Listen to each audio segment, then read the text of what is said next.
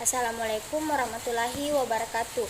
Puji syukur kita panjatkan atas kehadirat Allah Subhanahu wa taala, atas berkat dan rahmatnya lah sehingga kita masih menjalankan aktivitas kita sehari-hari. Salawat serta salam tak lupa pula kita curahkan kepada baginda Nabiullah Muhammad SAW. Baik, perkenalkan nama saya Nur Zakina Salam, Prodi Bimbingan Kanseling Islam, NIM 193200069. Pada kesempatan kali ini saya akan menjelaskan sedikit tentang materi yang telah kita dapatkan dari mata kuliah Sosiologi Agama. Nah, perlu kita ketahui apa itu sosiologi. Sosiologi merupakan salah satu cabang ilmu sosial di mana sosiologi mempelajari pola-pola hubungan antar manusia, baik secara individu ataupun secara kelompok.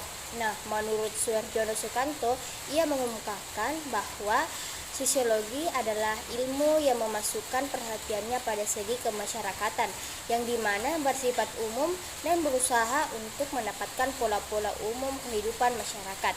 Lalu, apa sih itu sosiologi agama? Nah, menurut H. Gojin, bahwa sosiologi agama merupakan bagian dari sosiologi yang mempelajari budaya empiris dan profan menuju pengetahuan.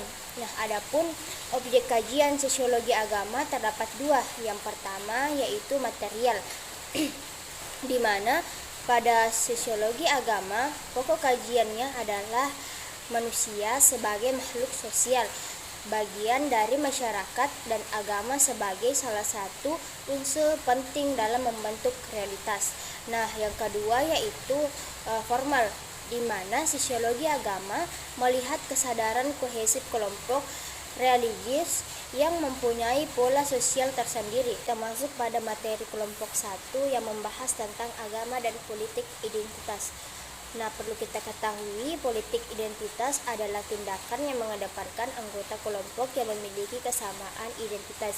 Jadi dapat saya simpulkan bahwa politik identitas yaitu sekelompok orang yang memiliki latar belakang yang sama, seperti contohnya yaitu satu suku, satu ras, satu agama, dan sebagainya.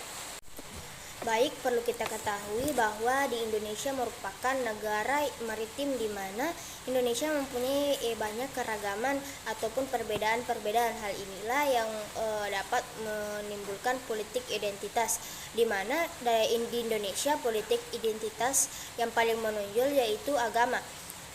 Lalu di Indonesia ada yang namanya demokrasi. Nah, seringkali adanya diskriminasi pada agama yang minoritas ataupun agama yang minoritas di antara mayoritas, dan akibat dari politik identitas ini menghilangkan rasa nasionalisme masyarakat Indonesia itu sendiri. Nah, padahal kita perlu ketahui bahwa Indonesia merupakan mempunyai banyak perbedaan-perbedaan yang bisa menyatukan kita semua. Nah, seperti pada Bhinneka Tunggal Ika, yaitu berbeda-beda namun tetap satu.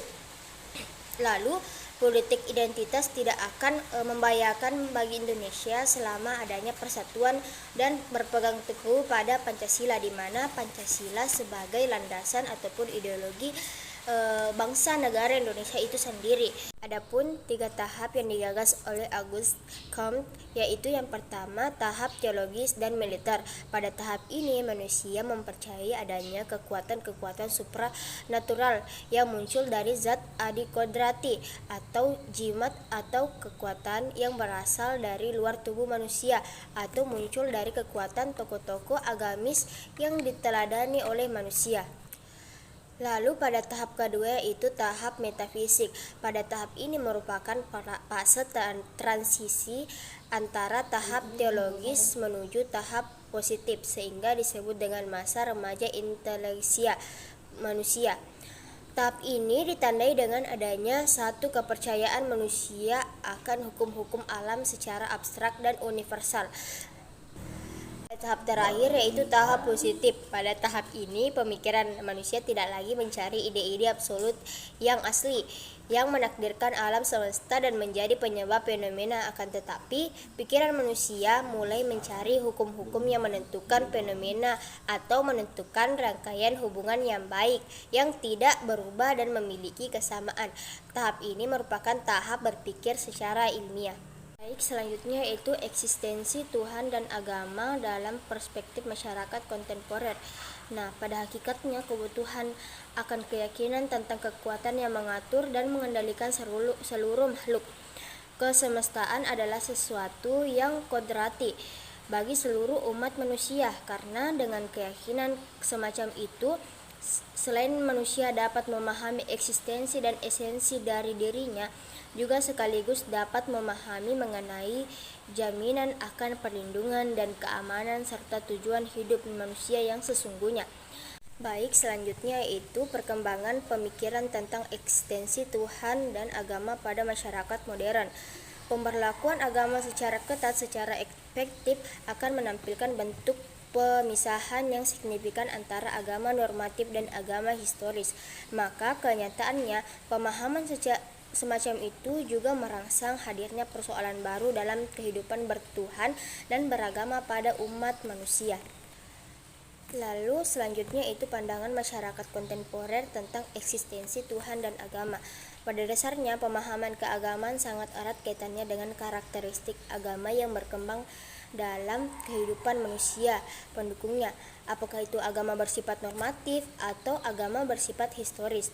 Tuhan dan agama dalam pandangan masyarakat kontemporer tidak lebih dari hanya sebagai percitraan kosong yang tanpa makna. Lalu, pandangan masyarakat kontemporer tentang eksistensi Tuhan dan agama secara faktual sangat memperhatikan persoalan Tuhan dan agama hanya menghasilkan diskusi, seminar, dan perdebatan yang tanpa ujung. Kehidupan praktis manusia pada kenyataannya menganggap kecil arti penting Tuhan dan agama, bahkan dianggap menghalangi manusia untuk meraih kemajuan. Baik, itulah tadi materi singkat yang sempat saya sampaikan pada kesempatan kali ini. Semoga materi yang saya sampaikan bermanfaat, dan jika ada kekurangan mohon dimaafkan. Wabillahi taufiq wal hidayah. Wassalamualaikum warahmatullahi wabarakatuh.